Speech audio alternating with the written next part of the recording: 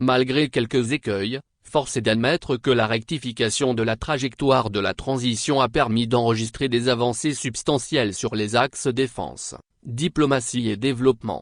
Les événements politico-institutionnels intervenus entre le 24 mai et le 7 juin 2021 dans notre pays constituent indubitablement le substrat du gigantesque chantier de refondation dont les premiers dividendes sont perceptibles. Pour rappel, suite à un remaniement ministériel qualifié de controversé par de nombreux observateurs le 24 mai 2021, car ayant écarté des ponts de l'équipe sortante, le président de la transition d'alors Ban Do et son premier ministre, Mokhtar Ouane sera mis hors de leurs prérogatives. Ainsi, la première phase de la transition aura vécu. Investi président de la transition le 7 juin 2021, le colonel Assimi Goïta nommera le même jour, sur proposition du M5 RFP, Dr Choguel Kokala Maïga au poste de Premier ministre. La formation du nouveau gouvernement, le 11 juin de la même année, donnera la du révision du train de la phase 2 de la transition qui avait observé une escale technique. 3 ans après, nonobstant quelques écueils, force est d'admettre que la rectification de la trajectoire de la transition a permis à nos compatriotes d'espérer sur des lendemains qui chantent. Ayant comme boussole les 3 principes qui guident désormais l'action publique au Mali, les autorités ont, en effet, enregistré des avancées substantielles sur les axes défense, diplomatie et développement, les 3D. Disons-le tout net, les prouesses réalisées par les forces de défense et de sécurité, FDS, ont permis à notre pays de recouvrer l'entièreté de son territoire. La récupération au cours du dernier trimestre de 2023 des localités aussi emblématiques comme Ber, Aglok et surtout Kidal a suscité un immense espoir chez les Maliens. Ils avaient d'autant plus raison que l'œuvre était une jauge tant le chemin sinueux menant à la paix et à la stabilité était parsemé d'embûches.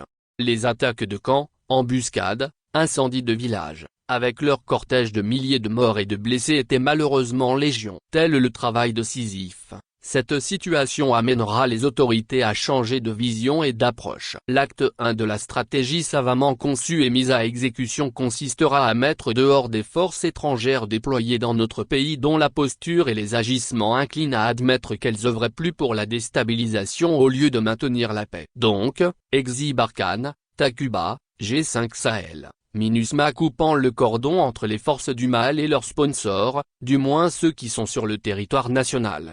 Fière allure de fait, le partenariat avec la Russie et d'autres pays a permis de renforcer considérablement les capacités de l'armée, notamment le vecteur aérien qui a poussé des ailes. Sans oublier les blindés ainsi que d'autres équipements et matériels ultra performants. Sous la puissance de feu de l'armée, les terroristes et autres ennemis de la paix en sont réduits à n'avoir le choix qu'entre reddition ou passer de vie à trépas. Somme toute, le moins que l'on puisse dire est qu'en ce moment notre outil de défense a fière allure et le moral de nos militaires est au top.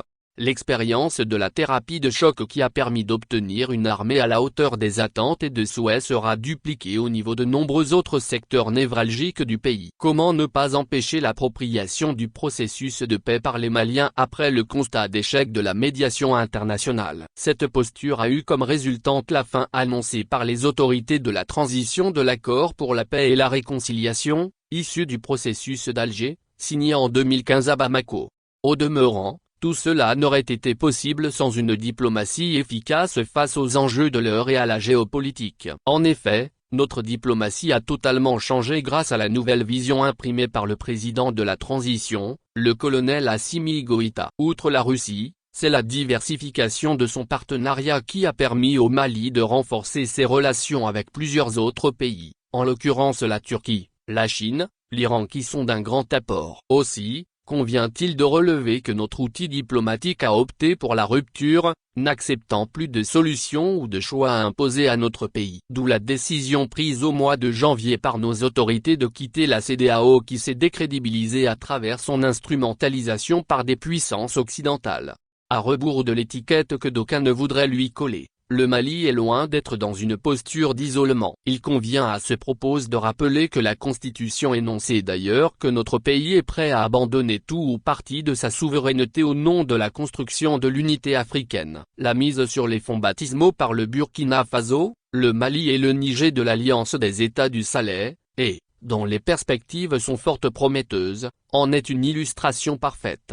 Au niveau de ce chapitre, doivent figurer la brillante intervention en 2021 à la Tribune des Nations Réunies à New York du Premier ministre Choguel Kokala Maïga, et une année plus tard de celle tout aussi percutante au même lieu du ministre de l'Administration territoriale et de la décentralisation, Premier ministre par intérim en ce moment, le colonel Abdoulaye Maïga. Conforme aux principes de souveraineté affichés par notre pays, ces discours ont mis du baume au cœur des Maliens et de nombreux Africains. Maquette du Mali Kura face aux efforts fournis par les autorités pour booster l'économie, la résilience non fait montre nos compatriotes depuis des années ne sera pas vaine. Pour le volet développement, il est important de revenir sur la relance des activités de la compagnie malienne du textile, Comatex, de l'usine malienne des produits pharmaceutiques, MP, des chemins de fer, de Sukala. Toutes choses qui donneront de l'espoir aux milliers de travailleurs et par ricochet aux braves populations. La crise énergétique sera sans doute résorbée en ce qui concerne les efforts en cours, notamment le lancement, il y a quelques jours, par le président de la transition, des travaux de construction de centrales solaires à Sanankoroba, à Safo, dans le cercle de Kati et à Tiakadougou Dialakoro, une localité située dans le cercle de Sélingué, région de Bougouni. Avec une puissance de 100 MW crête, l'étape de Tiakadougou va compléter celle de Sanankoroba et de Safo, soit au total 400 MW crête. Pour le chef de l'État, ces capacités vont nous permettre de sortir progressivement de cette crise énergétique que connaît le Mali et aussi d'amorcer notre transition énergétique vers les énergies renouvelables. Promouvoir également un développement socio-économique de notre pays. Sans oublier que le Niger fournira à la Société Énergie du Mali, EDM Société Anonyme, une quantité impressionnante de 150 millions de litres de gazoil dans des conditions très avantageuses. Au chapitre des réformes, l'on note l'organisation des Assises nationales de la refondation, ANR, dont les conclusions ont, entre autres, permis la militarisation de la police nationale, l'audit du secteur minier, des grandes entreprises. Ajoutez-y l'adoption d'un nouveau code minier et de la loi sur le contenu local. Dans la même dynamique, des états généraux dans les domaines de l'éducation, des Maliens de l'extérieur, de la jeunesse, de l'immigration ont été organisés. Il convient de marquer la tenue du référendum ayant permis d'ouvrir les portes de la 4ème République avec la Constitution du 22 juillet 2023.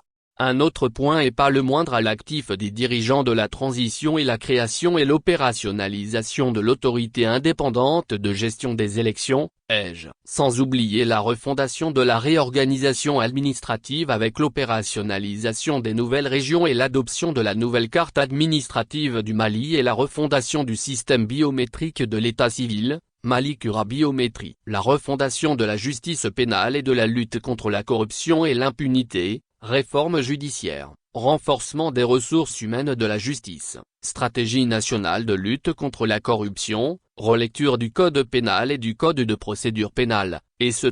La refondation du dialogue social à travers la signature et la mise en œuvre du pacte de stabilité sociale et de croissance sont également à prendre en compte. Fort de tout ce qui précède, nos compatriotes viennent d'apporter une retouche à la maquette du Mali Kura au terme des travaux du dialogue intermalien dont la phase nationale s'est tenue à Bamako du 6 au 10 mai 2024. Conclusion issue de cet important rendez-vous indiquant clairement que nos compatriotes ont foi au Mali et en ses dirigeants.